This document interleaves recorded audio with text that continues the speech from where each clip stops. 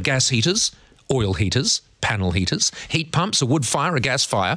Have you ever wondered what's the most efficient and effective way to heat your home? We will help you out this morning because goodness only knows this morning you need it. Joining me, Consumer New Zealand CEO Sue Chetwin. Sue, good morning. Good morning. How do you heat your home? We have gas central heating, which if you're going to go for central heating is the cheapest option. Okay. When we are talking heating a home, really we have to start the conversation by talking about insulating the home, because some homes are so poorly insulated it's almost impossible to heat them, isn't it? That's right, and New Zealand does have a pretty poor housing stock. The WHO says that houses that are less than 16 degrees are a real health issue, and as we've seen, quite tragically recently, a baby dying. Part of the reason is a damp, cold state house. So upgrading your house, better insulating the roof, insulating under the floor, double glazed windows, and when you can't double glaze, and if you haven't got a house that is already double glazed, you can do the sort of retrofitting, which actually in some it can be as good as actual double glazing and is a lot cheaper. So that's an option worth looking at as well. So first of all, I guess you've got to get the structure right, get your house actually properly insulated, and then you look at your heating options. And for people that are really struggling though, so as people do, and I mean people struggle during the summer to get through, and then they face these skyrocketing electricity prices, and perhaps the whole family are hovering around one small heater, or older people in a drafty old home. If they don't have a lot of money to invest in insulation, is there a simple, cheap thing that they could do just to make a big difference? Well, look, there isn't a simple, cheap thing. I guess insulating the ceiling is probably the single best thing? The single best thing you can do. And then in terms of heating, look, heat pumps are an expensive investment to start off with, but they are the most cost-efficient way of heating your home. And the two things that you have to do there are get the right size and get somebody professional to actually install it and give you the advice. And there are some scampsters that are actually out there at the moment that will cold call people and tell them that they need their heat pumps maintained, unless it's the person that's installed it for you or somebody that you trust. Just ignore all that, because you only need to have your heat pump maintained possibly once every 2 or 3 years. Okay, so are we saying that if you can afford the outlay, a heat pump is the way to go? Is that, even although they're expensive to put in, the most effective, the most cost-effective way of heating a home?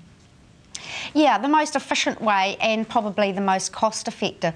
The most expensive, and sadly one that people that don't have much money opt for, is often unflued gas heaters. That is expensive and it's also dangerous. The emissions from unflued gas heaters we think are very poor for health, and they're also dangerous unflued gas heaters. So, we certainly wouldn't recommend them. Yeah, and one of the issues there, of course, is that they will make, if you have a damp problem in the home, they will make it considerably worse, won't they? Absolutely. Yeah, that's right. So the message is don't just buy one of those things cheap. Maybe if you're trying to heat the garage for a party or something, that's fair enough. All right, let's move on to other aspects. If you can't afford a heat pump, let's move on to a couple of the other things that people are using. Is there a better way to use those cheap little electric heaters that a lot of people use because they're so cheap to buy? Yeah, look, you get what you pay for with plug-in electric heaters. That is an expensive way to heat your home. So it's better to go, I suppose, for the ones that are a bit gruntier. So your little small fan heater might heat the room up quickly, but then you might want to have a convection heater. And the other thing about them is you want them to be safe convection heaters, so they have all the safety things with them. If they fall over, they immediately turn off. And so plug-in is expensive, but if that's the option, you want to go for the ones that are the most grunty. I suppose one of the other things that we've looked at, and it was interesting to us, was the sort of curtains you have in your house can actually have a big effect on how well you're insulated and how warm your house is. So the curtains that you have that just come to the windowsill are basically totally inefficient. And one of the other things that we found is that net curtains can actually really provide some insulation. Please don't encourage people to get net curtains. Please don't do that. The Chelsea crossover is set for a comeback. No, that's just too... They are just vile. Do you know you can double, in terms of street appeal, you can double a house's value just by taking the net curtains down. But so what you're saying is curtains that go right to the floor are much better insulators than ones that just cover the glass.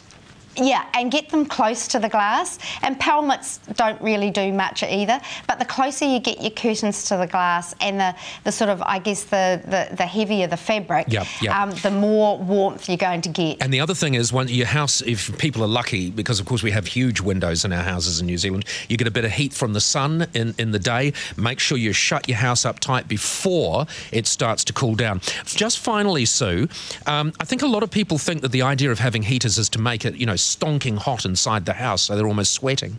But that's not what you have a heater for. The heaters are there to take the chill off. There's nothing better than having some warm clothing on as well, is there?